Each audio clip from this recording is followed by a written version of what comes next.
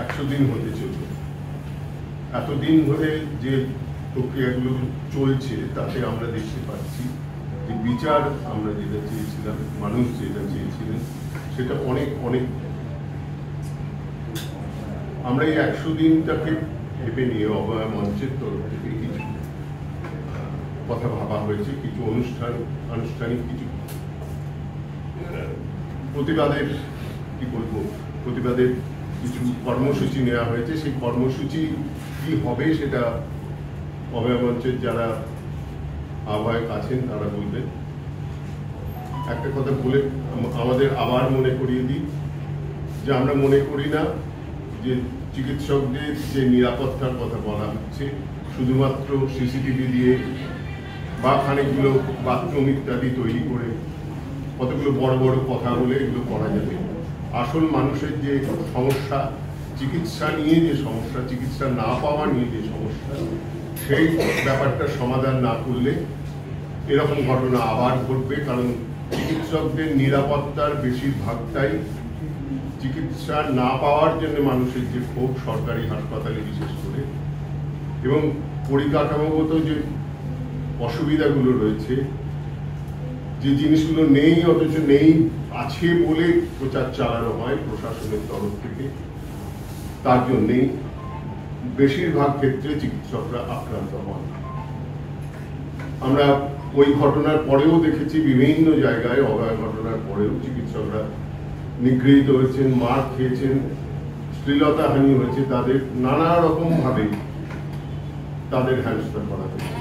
এগুলো থামছে না, আমরাও থেমে নেই, আমরা আন্দোলন চালিয়ে যাব। তো 100 দিনের যে অনুষ্ঠান আমরা করব ভেবেছি, যে কর্মসূচির কথা ভেবেছি, সেটা ওরা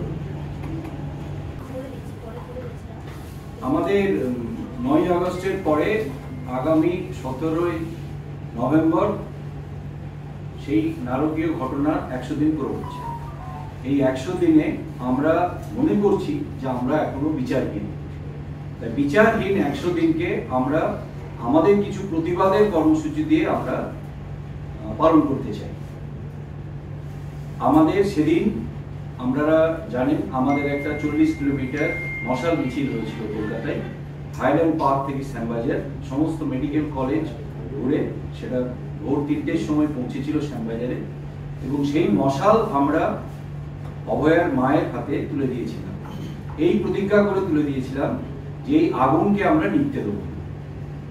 আমরা এবার মনে করছি সেই মশালকে তার মায়ের হাত থেকে নিয়ে আমরা এবার আমাদের সারা রাজ্যে এই প্রতিবাদের আগুনকে আমরা ছড়িয়ে দিতে চাই। তাই আমরা 17 আগস্ট বিকেল 5টার সময়, 17 নভেম্বর বিকেল 5টার সময় আমরা সোদপুরে নাটাগড়ে অভয়ার বাড়ি থেকে, অভয়ার মায়ের কাছ থেকে আমরা সেই মশাল নেব, এবং আমাদের 100 জন স্বেচ্ছাসেবক সেই মশালকে বহন করে আনবে আরজিকর মেডিকেল কলেজ ছুঁয়ে শ্যামবাজার মোড়ে, এবং সেই শ্যামবাজার মোড়ে আমাদের সমস্ত জেলার প্রতিনিধিরা সেই মশালকে তারা তাদের জেলায় জেলায় নিয়ে যাবে। এই প্রতিজ্ঞা, এটা হচ্ছে আমাদের প্রথম কর্মসূচি। এর সাথে আমরা মনে করি যে আমরা জানি যে শ্যামবাজার মোড়ে সারা রাজ্যের মানুষ এসে পৌঁছতে পারবেন না, সম্ভবও না, এমনকি কলকাতারও সবাই আসতে পারবেন না, কিন্তু অনেক আমাদের রাজ্যের বেশিরভাগ মানুষ আমরা মনে করি তারা এই প্রতিবাদ আন্দোলনের সাথে আমাদের আছেন। আমরা দেখেছি 14 আগস্ট রাত্রে, আমরা দেখেছি 4 সেপ্টেম্বর রাত্রে তারা কিভাবে আমাদের রাজ্যের মহিলারা তারা আমাদের রাত দখল করেছেন, রাস্তা দখল করেছেন, তারা দোহের কার্নিভালে এসছেন, জনতার চার্জশিটে এসছেন। তো আমরা মনে করি তাদের প্রতিবাদ জানাবার জন্য একটা ভাষা আমাদের দেওয়া দরকার। সেই জন্য আমরা যেহেতু 100 দিন, তাই আমরা 100 সেকেন্ড আমরা নীরবতা পালন করি। আমাদের এই নীরবতা হচ্ছে প্রতিবাদের নীরবতা।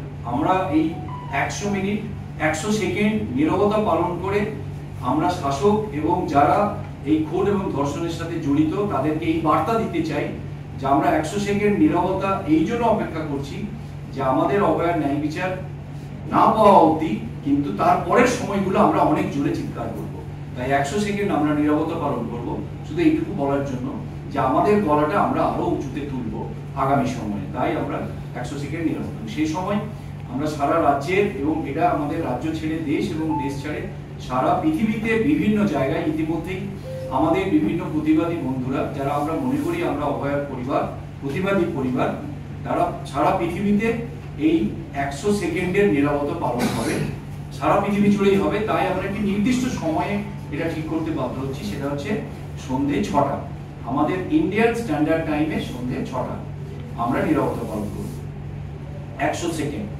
এবং আমাদের যে মিছিল আসবে 5টার সময়, সেই মিছিলটি 6টার সময় যেখানেই পৌঁছাবে সেখানেই দাঁড়িয়ে এই নিরাপত্তাটা পালন করব আমরা। এই হচ্ছে আমাদের। এছাড়াও কমপক্ষে 100টি জায়গাতে আমাদের এই নিরাপত্তা একসাথে জমায়েত হয়ে এই নিরাপত্তা পালন করা হবে। তাছাড়াও ওই সময়ে কোনো গাড়ির হর্ন না বাজানো, আমরা আবেদন করব কোনো গাড়ির হর্ন বাজাবেন না, কোনো গাড়ি চলাচল করবেন না। ওই 100 সেকেন্ড আমরা সারা রাজ্যে স্তব্ধ থাকতে চাই, শুধু নিরাপত্তা না, আমরা কোনো এক জায়গায় দাঁড়িয়ে থাকতে চাই। এই মেসেজ, এই খবর আমরা পশ্চিমবাংলার সমস্ত প্রতিবাদী মানুষ, বিবেকবান মানুষের কাছে এই আবেদন করতে চাই। তাই আজকে আমরা আপনাদের মাধ্যমে যে রাজ্যের মানুষ যারা প্রতিবাদ করতে চান, যাদের হৃদয়ে যন্ত্রণা কাতর, যারা মনে করছেন অভয়ার নির্মম মৃত্যু এবং তার খুন ধর্ষণের ঘটনাকে আমরা প্রতিবাদ জানাতে চাই, তাই আপনারা 17ই নভেম্বর সন্ধে 6টার সময় 100 সেকেন্ড নীরবতা পালন করুন, এবং এই নীরবতার মধ্যে দিয়ে আপনারা ঘোষণা করুন আমরা প্রতিবাদে সবাই একসাথে আছি। এই হচ্ছে আমাদের মূল কর্মসূচি 100 দিন, যেদিন আমাদের প্রতিবাদের 100 দিন, খুন এবং ধর্ষণের পরের 100 দিন। আচ্ছা, এর সাথে না আমাদের সাইকেল মিছিল করে আমাদের 100 জন স্বেচ্ছাসেবক সাইকেল করে ওই প্রতিবাদের মশালকে নিয়ে আসবে শ্যামবাজার, সাইকেল মিছিল সোদপুর থেকে শ্যামবাজার। এবং শ্যামবাজারে আমাদের প্রতিবাদী মানুষরা কলকাতার এবং আশপাশের যারা, তারা একসাথে হবেন এবং রাজ্যের প্রতিনিধিরা ওখানে আসবে একসাথে। এর বাইরে আমাদের এখানে আছে। আমি যেটা বলতে চাই সেটা হচ্ছে যে মৃত্যু, পরিবারে একটা মৃত্যু আমরা মেনে নিতে বাধ্য হই, কিন্তু পরিবারে একটা হত্যা মেনে নেওয়া সহজ না। যতদিন সেই হত্যাকারী ঘুরে বেড়ায়, সেই পরিবারের কেউ কিন্তু শান্তিতে ঘুমোতে পারে না। আমাদের বাংলায় আমি জানি, আমি বিশ্বাস করি, আমরা সবাই বিশ্বাস করি যে আমরা এখন অভয়ার পরিবার। আমরা সেই প্রমাণ দিয়েছি, বাঙালি সেই প্রমাণ দিয়েছে 9 তারিখের পর থেকে টানা 3 মাস বারে বারে প্রমাণ দিয়েছে যে আমরা সবাই অভয়ার পরিবার। তাই আজও আমরা নিশ্চিন্তে ঘুমোতে পারি না। আর অভয়া শুধু অভয়া নয়, অভয়া থেকে উমা, উমা থেকে আজকের কাগজে পর্যন্ত আমরা দেখছি যে একটি মেয়ে নির্যাতিতা, সে আত্মহত্যা করতে যাচ্ছে। আমি বলছি এই একটি মেয়ে না, আমরা জানি যে কিভাবে গোটা রাজ্যে, গোটা দেশে এই নির্যাতন চলছে। তা আমরা যদি চুপ করে যাই, আসলে সেই ধর্ষকদের নিরাপত্তা দেওয়া হয়, তারা মনে করে আমরা নিরাপদ, আমরা এটা করতে পারি। আর আমরা যদি রাস্তায় কথা বলতে থাকি, চিৎকার করতে থাকি, প্রতিবাদ করতে থাকি, ওই অসহায় বাচ্চা, শিশু থেকে শুরু করে ওই নির্যাতিতারা যারা আক্রমণের মুখে দাঁড়িয়ে অসহায় বোধ করে, মনে করে আমরা নিরুপায়, সমাজের কেউ আমাদের পাশে নেই, আমাদের আত্মহত্যা করা ছাড়া উপায় নেই, তাদের আমরা ভরসা দিতে পারি না যদি আমরা চিৎকার করি। আমরা যতক্ষণ রাস্তায় থাকবো, আমি মনে করি তারা মনে করবে যে আমাদের পাশে কেউ আছে। আর আমি বিশ্বাস করি যে আমরা সবাই সেই জায়গাতেই আছি। প্রত্যেকের বাড়িতে মেয়ে আছে, প্রত্যেকের বাড়িতে বোন আছে। আমরা সবাই এটা অনুভব করছি যে কতটা নিরাপত্তাহীনতায় আমরা ভুগছি। আর এটা থামছে না, হয়েই চলেছে। তাহলে আমরা যদি চুপ করে যাই, তাহলে তাদের নিরাপত্তা কে দেবে? তাই আমরা এটা মনে করছি যে আমরা এটা চালিয়ে যাব। অভয়ার ন্যায় বিচার আমাদের জরুরি, আর তার সঙ্গে আরো শত শত মেয়ের নিরাপত্তার জন্য আমাদের এই প্রতিবাদ জারি রাখতেই হবে। প্রোগ্রামটা নেওয়া হয়েছে প্রায় 100টি সংগঠন। আমাদের পরশুদিন একটা সভা হয়েছে, সভা করে এই সিদ্ধান্তটা নেওয়া হয়েছে এবং যেটা এখানে বলা হলো। তো সাংবাদিক বন্ধুরা, আপনারাও দেখছেন, শুনছেন যেভাবে প্রশাসনিকভাবে এই থ্রেড কালচার চালু হওয়ার পর থেকে আজকে বিভিন্নভাবে একে ভাঙবার জন্য, এই আন্দোলনকে অন্যদিকে প্রসারিত করার জন্য চেষ্টা করছে প্রশাসন এবং তার যে দলবল আছে। এটা আমরা মানুষের মধ্যে কথা বলে বুঝতে পারছি। কাজে আপনাদের উপর যে দায়িত্ব, আপনারা সাংবাদিক বন্ধুরা অনেকেই খুব ভালোভাবে এটাকে সামনে নিয়ে আসছেন, আগামী দিনে নিয়ে আসবেন। এই যে ঘোষণাগুলো দেখুন, মহিলারা প্রথম দিন থেকে, আমার তো অনেক বয়স হয়েছে, ওই 1983 সাল থেকে দিনাটা একটা আন্দোলনের সাথে ছিলাম, তখনও দেখেছি, এখনও দেখেছি। কিন্তু আমার এই বয়সে এত, আপনারা সবাই জানেন, এই ধরনের আন্দোলন গড়ে ওঠেনি। এইটা আপনাদেরও একটা সহযোগিতা আছে, আপনারাও প্রচারের মাধ্যমে নিয়ে যাচ্ছেন, যার জন্য আজকে এই প্রেস ক্লাবে আপনাদের মাধ্যমেই এটা যাতে প্রচারিত হয় সেই জন্যই করা হচ্ছে। এবং আরও শুনলে অবাক হবেন, যারা ইতিমধ্যেই আমাদের যে গ্রুপে, অভয়া মঞ্চের গ্রুপে যে ফেসবুক আছে, হোয়াটসঅ্যাপ আছে, তাতে অনেক মহিলারা ওই দিন সাইকেল চালিয়ে আসবে। আমার এত ভালো লাগলো, আমি নামগুলো দেখছিলাম বিভিন্ন সংগঠন থেকে, তারা সাইকেলে আসবে, যেটা ঘোষণা করা হলো জয়পুর থেকে শ্যামবাজার মোড়। তার মধ্যে অনেক মহিলারা তারা পার্টিসিপেট সাইকেল চালিয়ে আসবে। এটা এই যে একটা স্বতঃস্ফূর্ত মহিলাদের ভেতর, যেটা বললেন উনি, যে তারা আজকের এই পরিস্থিতি সারা ভারতবর্ষের বাইরেও, পশ্চিমবঙ্গ তো বলে ওয়াট বেঙ্গল কিন্তু কাজে আজকে আমরা দেখতে পাচ্ছি নতুন প্রজন্ম তারাও এগিয়ে আসছে। কাজে আপনাদের সহযোগিতা আগামী দিনে আমার মনে হয় ভীষণভাবে প্রসারিত করা আর কি। তাহলে মানুষ সংগঠিত হয়, খবরের কাগজ পড়ে, মিডিয়ার মাধ্যমে জানতে পারে, এত কোনো উপায় নেই মানুষের। কাজে আপনাদের উপর আমি অনুরোধ করব, এটাকে আরো কি করে এই আন্দোলনকে সংগঠিত করে এগিয়ে নিয়ে যায়, করছেন, করবেন। অনেক সংগঠন আছে, 81টা সংগঠন যতদূর আমি জানি, হয়তো এর থেকে বেশিও থাকতে পারি।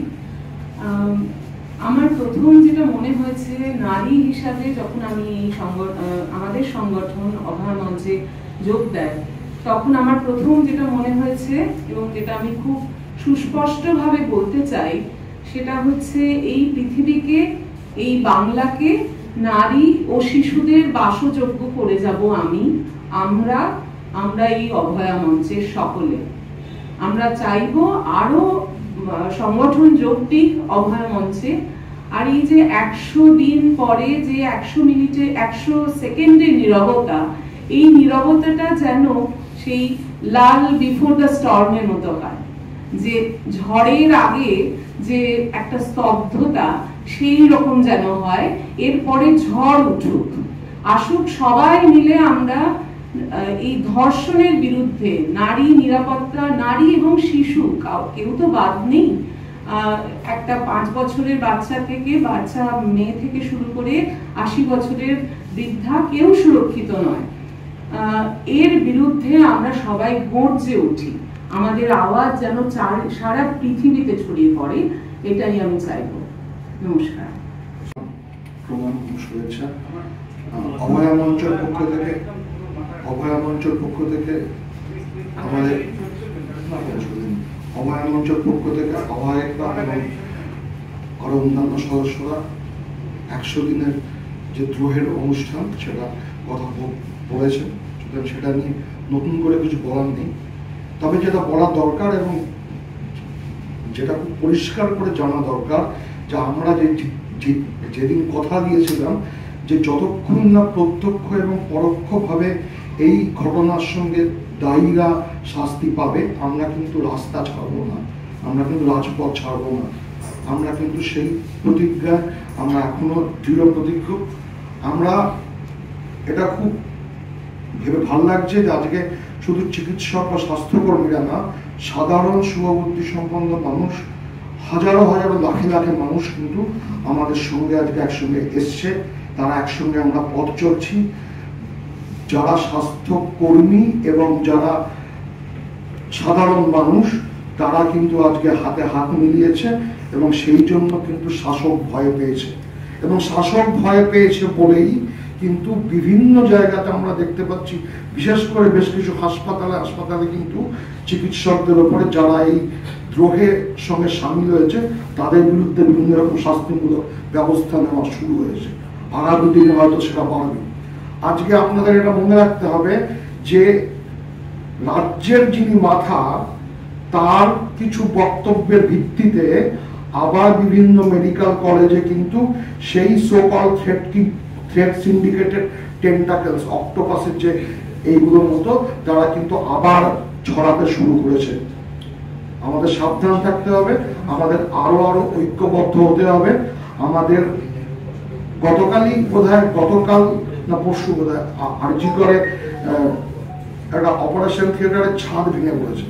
মানে ভাবতে পারা যায় না সেদিন যদি সেখানে একটা অপারেশন চলতো তাহলে কি পরিস্থিতি হতো।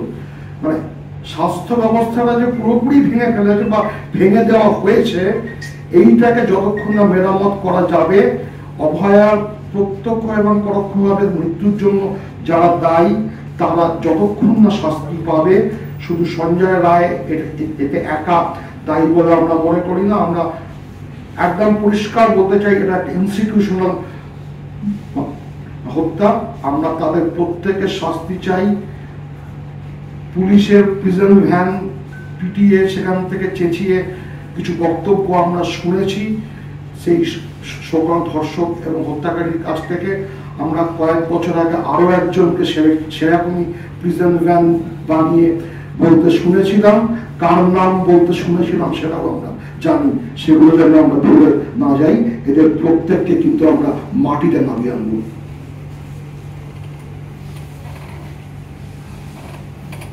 প্রতিবাদের আন্দোলনে শাসক ভয় পেয়েছে, তাই শাসক তার ভয়ের যে রিঅ্যাকশন যা হয় সেগুলো দেখাচ্ছে প্রতিবাদীদের গলা চেপে ধরার জন্য। তারই একটি বিশেষ ঘটনা দুদিন আগে ঘটেছে, সেটি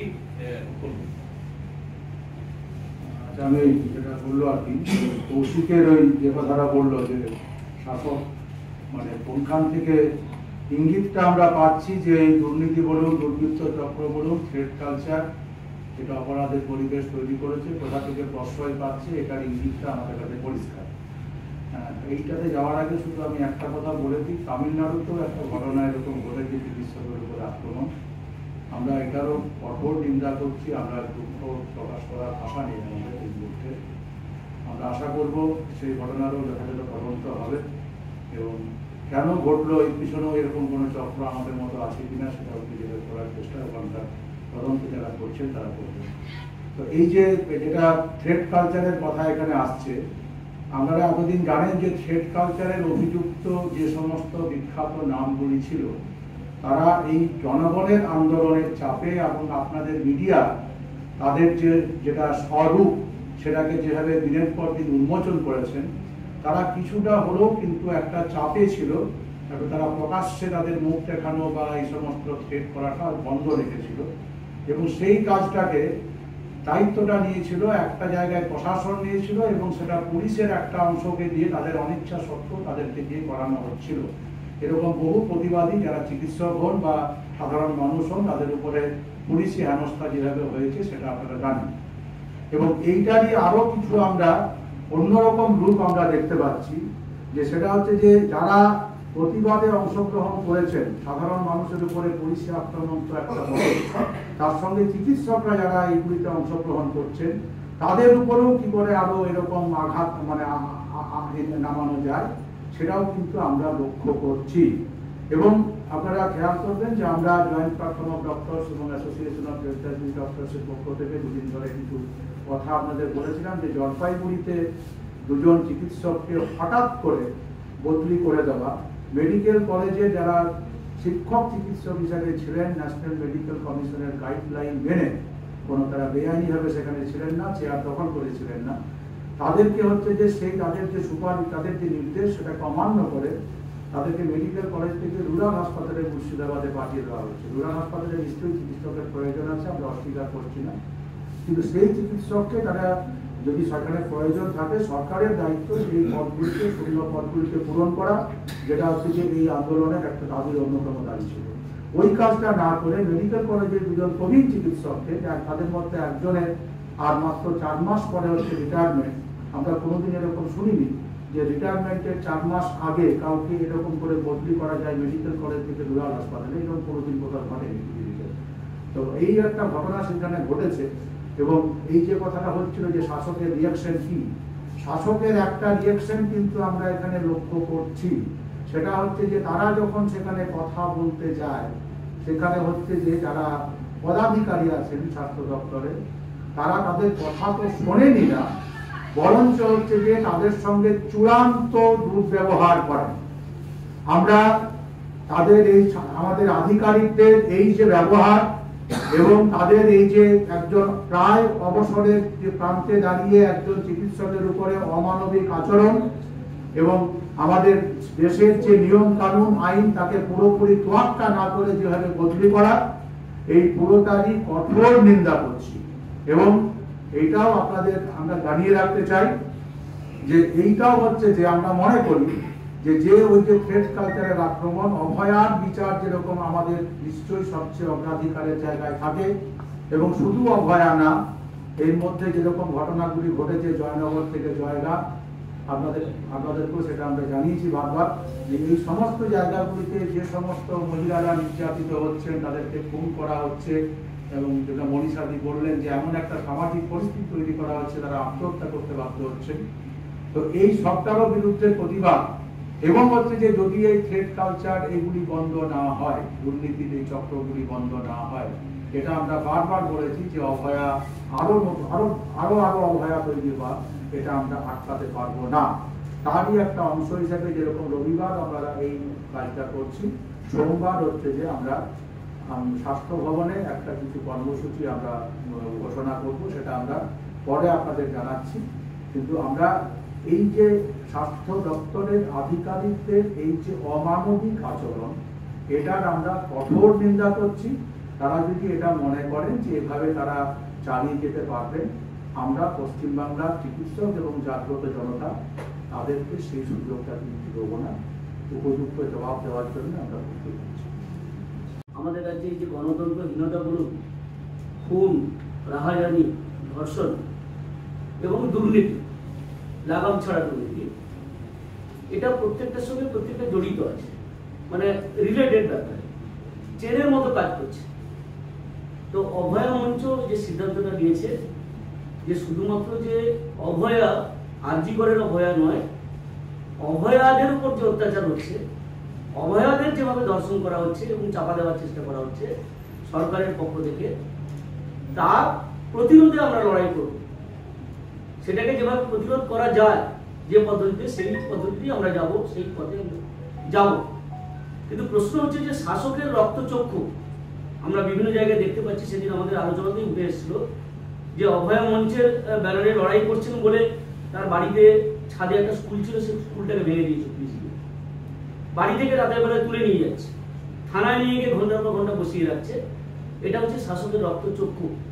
কিন্তু আমরা ভয় পাই না, আমরা ভয় পেতে জানি না, আমরা এগিয়ে যাব, আমরা লড়াই করব যতক্ষণ না পর্যন্ত এই থ্রেড কালচারকে শেষ করতে পারছি, যতক্ষণ পর্যন্ত শাসকের এই রক্তচক্ষুকে আমরা বন্ধ করতে পারছি, যতক্ষণ না পর্যন্ত ধর্ষণ বন্ধ করতে পারছি, আমরা কিন্তু এই লড়াই চালিয়ে যাব।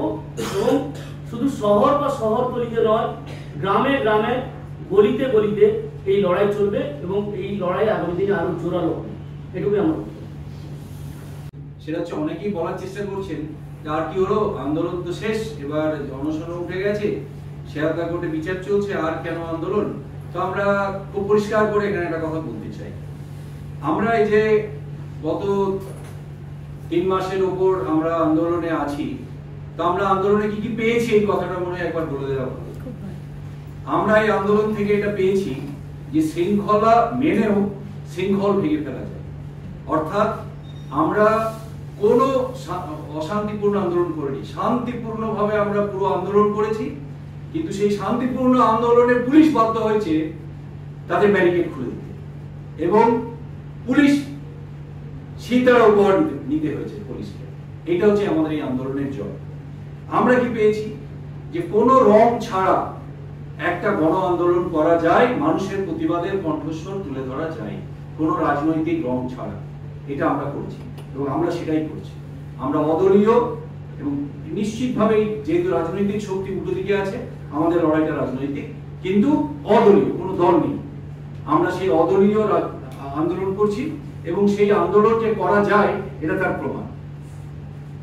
শাসকের চোখের সামনেও, শাসকের অনেক প্রলোভন সত্ত্বেও সিদ্ধারা সোজা রেখে আন্দোলন করা যায়। এবং মানুষের যদি ভালোবাসা থাকে, রোদ জল বৃষ্টি কিছু ব্যাপার না, আমরা সবটা মাথায় নিয়ে আন্দোলন করতে পারি। এই আন্দোলনে আমরা সেটা শিখেছি। আর আমরা এটা শিখেছি, শাসকের ভয় যেমন কিছু সময় সংক্রামক, সেরকম সাহসটাও সংক্রামক। আমাদের এই সাহস আমাদের মানুষের মনের মধ্যে সংক্রমিত হচ্ছে, আমাদের সাহস সঞ্চয় হচ্ছে, তাই মানুষ আর প্রতিবাদে মুখ খুলছে। এই আন্দোলনে সেইটা আমরা জয়লাভ করছি। এবং আমরা অনেক দাবি মানে কিছু দাবি হয়তো মিটেছে, সেই দাবিগুলো খুব গুরুত্বপূর্ণ নয়, কিন্তু যেটা মূল দাবি, আমাদের প্রতিবাদের স্বর অনেক উচ্চে উঠেছে। এবং আমাদের প্রতিবাদের স্বর যতই রাষ্ট্রের পুলিশের আমাদের উপর অত্যাচার আসুক, সেই তাকে বাধা অতিক্রম করেই আমরা এগিয়ে যাচ্ছি। এবং আমরা আগামী দিনে দেখে নিতে চাই যে আমাদের উপরে তোমরা কত আক্রমণ না হবে, আমাদের প্রতিবাদ তত তীব্র হবে। তাই এখনো আমরা অভয়ার না পাওয়ার জায়গায় আমরা আছি। তার মধ্যে প্রথম হচ্ছে অভয়ার ন্যায় বিচার আমরা পাইনি। আমরা অভয়ার ন্যায় বিচারের দাবিতে আমাদের এই আন্দোলন চলবে। এবং আগামী দিনে আমরা যা বললাম, যা পাওয়া, এই পাওয়ার সংখ্যা আমাদের অনেক বাড়ছে। এবং আমরা কাঁধে কাঁধ মিলিয়ে আজকে এই অভয় মঞ্চ তৈরি হয়েছে, যার সংগঠনের সংখ্যা প্রথমে 80 দিয়ে শুরু হয়েছিল, 80টি সংগঠন, এখন সে 100 পেরিয়ে গেছে। আজকেই আমি দেখলাম 100-র উপরে সংগঠন স্বেচ্ছায় এই অভয়া মঞ্চের সাথে যুক্ত হয়েছে। এবং আমরা কাঁধে কাঁধ মিলে, হাতে হাত ধরে আমরা এই লড়াইয়ের ময়দানে আছি এবং লড়াইয়ের ময়দানেই থাকবো। তাই আমরা প্রতিবাদের 100 দিন, নারকীয় ঘটনার 100 দিন, আমাদের শোকের 100 দিন, আমাদের যন্ত্রণার 100 দিন আমরা আমাদের কর্মসূচির মধ্যে আমরা পালন করব। অভয়া মঞ্চ আমাদের জেলায় জেলায় তৈরি হয়েছে, ইতিমধ্যে বেশ কয়েকটি জেলায় তৈরি হয়েছে। বর্ধমান, আমাদের কোচবিহার, আগামী কয়েকদিনের মধ্যে বেশ কয়েকটি জেলাতে অভয়া মঞ্চ তৈরি হচ্ছে। কল্যাণ প্রতিবাদে যে যতগুলি সংগঠন, প্রায় 1000-এর বেশি সংগঠন সারা রাজ্যে তৈরি হয়েছে,